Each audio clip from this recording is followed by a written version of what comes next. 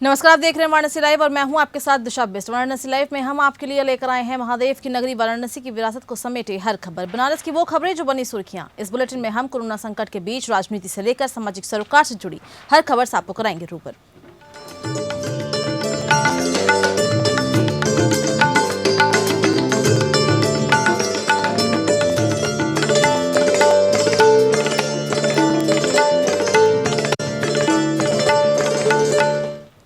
वाराणसी के चोलापुर थाना अंतर्गत मुर्दहा चौकी क्षेत्र के आयर बाजार में अपने घर के बरामदे में सो रहे एक 35 वर्षीय व्यक्ति की सर पर धारदार हथियार से प्रहार कर हत्या कर दी गई।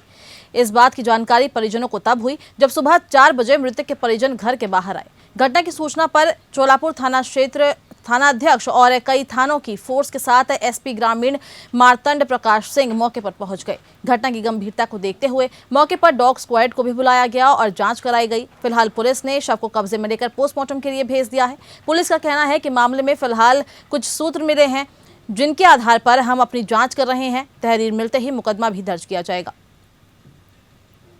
ये विनय जायसवाल हैं जिनकी उम्र करीब 35 साल है, आयर बाजार के रहने वाले हैं। इनकी शादी वादी नहीं हुई थी और ये 5 भाई हैं, बाकी सबकी शादी हो गई थी लेकिन इनकी नहीं हुई थी। क्योंकि इनको थोड़ा नशे का लत था इसलिए शादी नहीं हुई और रात में इनको किसी धारदार हथियार से इनके सर पे प्रहार करके इनका हत्या कारित की गई है। हम लोग लगे हुए हैं। अभी तक इन्होंने कोई जाहिरा दुश्मनी या कोई जाहिरा अपनी अदावत नहीं बताई है, लेकिन हम लोग प्रयास कर रहे हैं कि जल्दी से जल्दी घटना का अनावरण हो और कुछ हम लोगों के पास सूत्र आए हैं जिस पर हम लोग काम कर रहे हैं। जिलाधिकारी वाराणसी के निर्देशन में शस्त्रों की दुकान का निरीक्षण किया जा रहा है, जहां शस्त्रों की दुकान में स्टॉक का पूरा मिलान के साथ साथ कितने शस्त्र दुकान में मौजूद हैं सभी चीजों का मिलान किया जा रहा है। पिछले दिनों जहां वाराणसी में शस्त्रों के लाइसेंस के रिन्यूअल प्रक्रिया का कार्य किया जा रहा था, तो वहीं आज वाराणसी में सीओ दशाश्वमेघ अवधेश कुमार पांडे व एसीएम द्वितीय महेंद्र श्रीवास्तव द्वारा वाराणसी के गिरजाघर स्थित शस्त्र की दुकान का निरीक्षण करने पहुंचे, जहां उन्होंने दुकान में मौजूद सभी शस्त्रों के साथ साथ कारतूस और रजिस्टरों में दर्ज पूरे विवरण को चेक किया।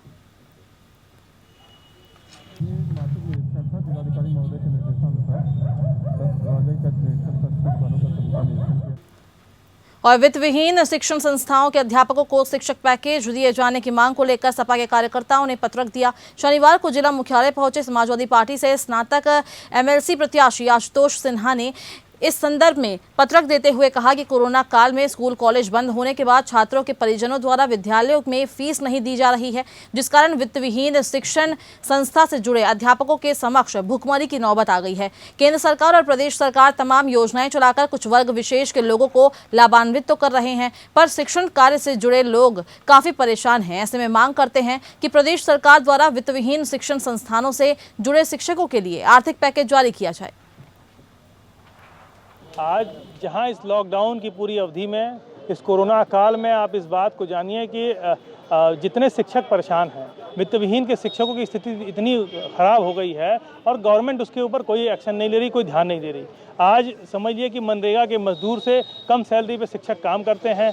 आज कंडीशन ये है कि आज जो मैनेजर है उसके पास भी पैसा नहीं है शिक्षकों को दे पाए और गवर्नमेंट इसके लिए कोई आर्थिक पैकेज का ऐलान अभी तक की गवर्नमेंट ने नहीं किया है। इसलिए आज हम लोग यहाँ पर इकट्ठा होकर महामहिम राज्यपाल को ये ज्ञापन देने का काम किया है कि आज एसीएम सेकंड के माध्यम से कि आज पूरे के पूरे उत्तर प्रदेश में जितने भी वित्त विहीन के शिक्षक हैं उनको एक आर्थिक पैकेज गवर्नमेंट देने का काम करे।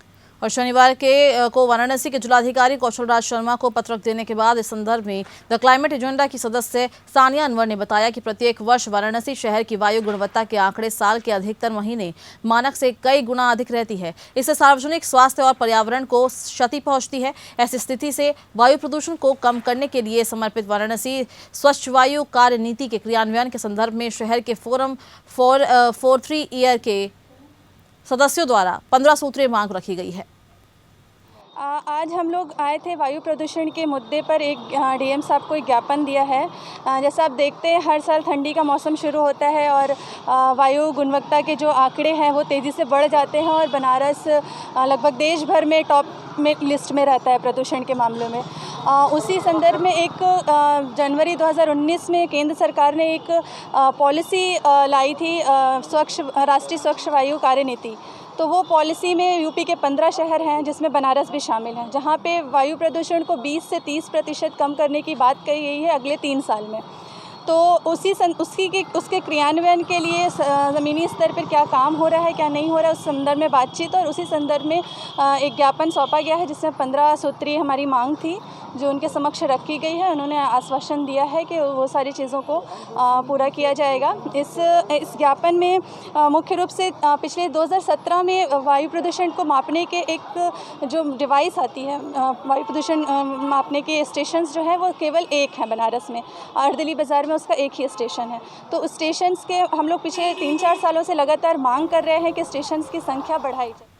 वाराणसी में लोगों का घर के खाने का स्वाद बिगड़ गया है। अब सब्जियों का स्वाद फीका लग रहा है क्योंकि सब्जी के दाम आसमान छूने लगे हैं। सब्जी खरीदारी करने वाले लोगों का कहना है कि सब्जियों के दामों में पिछले 1 माह के उपेक्षा 2 से 3 गुना तक का अंतर आ गया है। लोगों ने कहा कि लॉकडाउन लगा, उसके कारण दुकानदारी और कमाई पूरी तरह चौपट हो गई। ऊपर से सब्जी की मार ने घर का बजट बिगाड़ दिया है। सरकार को इस तरफ ध्यान देना चाहिए।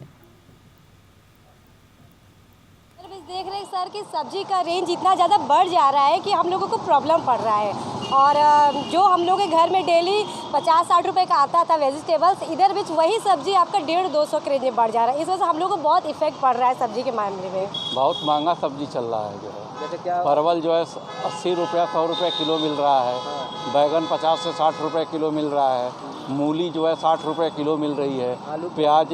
वाराणसी नगर आयुक्त गौरंग राठी के निर्देश पर नगर निगम वाराणसी और फेरी पटरी ठेला व्यवसायी समिति के संयुक्त तत्वाधान में प्रधानमंत्री स्वनिधि योजना अंतर्गत शहरी पथ विक्रेताओं के साथ जोनवार बैठक कर जागरूकता अभियान तेजी से चलाया जा रहा है। जागरूकता अभियान में प्रभारी जोनल अधिकारी पीके द्विवेदी ने योजना की जानकारी देते हुए बताया कि सभी को डिजिटल पेमेंट करने और स्वीकार करने के तरीके की जानकारी देने के लिए भारत सरकार के निर्देश पर नगर निगम वाराणसी द्वारा शहरी पथ विक्रेताओं को जगह जगह ट्रेनिंग दी जा रही है, जिससे शहरी पथ विक्रेता अपने मोबाइल फोन से सरलतापूर्वक डिजिटल पेमेंट स्वीकार कर सकेंगे।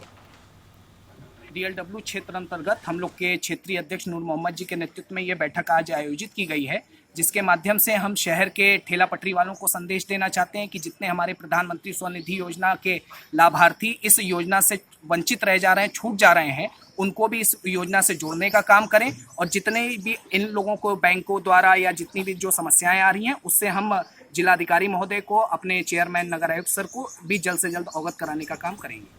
यूं तो सूबे के मुखिया योगी आदित्यनाथ लगातार वाराणसी निरीक्षण करते रहते हैं और निरीक्षण के दौरान क्षेत्र का स्थलीय निरीक्षण भी करते हैं। तो वहीं वर्तमान सरकार में सूबे के मंत्री रविंद्र जायसवाल भी वाराणसी की सड़कों का निरीक्षण करते खराब सड़कों के लिए अधिकारियों को फटकार लगाते दिखाई देते हैं। लेकिन हम आपको वाराणसी के एक ऐसे क्षेत्र की जमीनी हकीकत से रूबरू कराना चाहते हैं जहाँ से विधायक भी बीजेपी के हैं और शहर के मेयर का आवाज भी इस क्षेत्र के करीब ही है। जी हां, ये क्षेत्र वाराणसी के सिगरा थाना अंतर्गत दयानगर कृषि विभाग के निकट है, जो कि दयानगर से छित्तूपुर जाने वाले मुख्य मार्ग है। लेकिन 15 वर्षों से ये सड़क जस की तस है।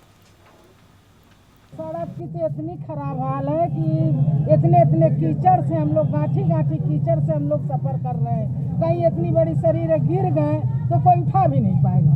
तो सरकार को ये सोचना चाहिए कि ये रोड को पहले बनवाए। वही नंबर यहाँ से कम पूरी छित्तूपुरा से लेके दुर्गाकुंड स्थित मां कुष्मांडा का दरबार 188 दिन बाद भक्तों के लिए खोल दिया गया है। मंदिर कोरोना संक्रमण के कारण 21 मार्च से बंद था। दुर्गा मंदिर परिवार के सदस्यों ने मंदिर खोलने का निर्णय लिया। बताया जा रहा है कि शासन के दिशा निर्देशों का पालन करते हुए भक्तों को मंदिर में दर्शन पूजन की छूट दी जा रही है। शुरुआती दिनों में भक्तगण सिर्फ रात्रि भोग आरती में ही शामिल हो सकेंगे।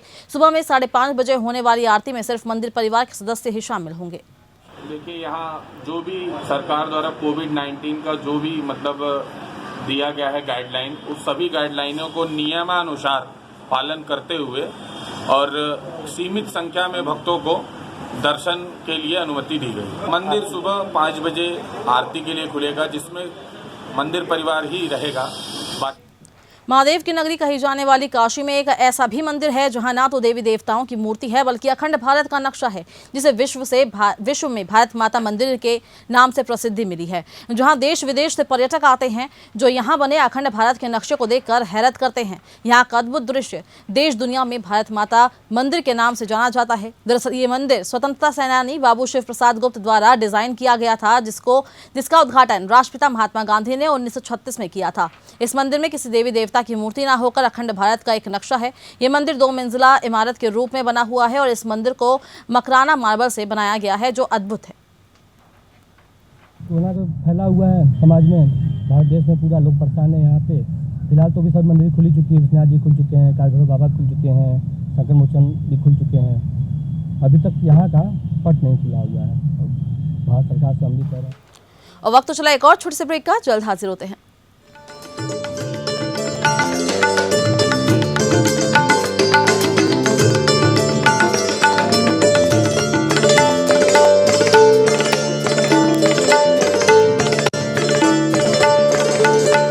ब्रेक के बाद फिर से आपका स्वागत है। भारतीय वायुसेना का सबसे खास और ताकतवर फाइटर जेट माने जाने वाला राफेल अब काशी की बेटी उड़ाएगी और दुश्मनों के दांत खट्टे करेगी। दरअसल वाराणसी की शिवांगी सिंह, जो अब तक MiG-21 उड़ा चुकी है, वो राफेल की 17 गोल्डन एरो स्क्वाड्रन टीम में शामिल हो गई है। शिवांगी राफेल उड़ाने वाली पहला महिला पायलट के तौर पर चुनी गई है। अंबाला एयरफोर्स स्टेशन में संबंधित महिला पायलट को इसकी ट्रेनिंग भी दी जा रही है और इस खबर के बाद वाराणसी में शिवांगी के घर में खुशियों की बहार आ गई है। सभी कहते हैं कि शिवांगी ने जो ठाना है वो करके दिखाया है।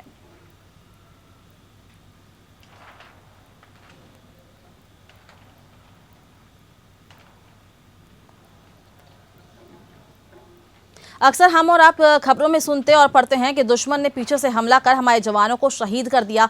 अब धोखे से वार करने वाले जवानों को भी मुंहतोड़ जवाब मिलेगा। इसके लिए काशी की बेटी और अशोका इंस्टीट्यूट की छात्रा अंजलि ने रोबो हेलमेट तैयार की है, जो पीछे से हमले की ताक में बैठे दुश्मनों से जवान को अलर्ट करेगी और उन धोखेबाजों को खत्म करने में अहम योगदान देगी। ये रोबो हेलमेट दुश्मन पर गोलियां भी दाग सकता है। इस हेलमेट को सिर पर पहनने के साथ ही जमीन पर भी रख के चलाया जा सकेगा।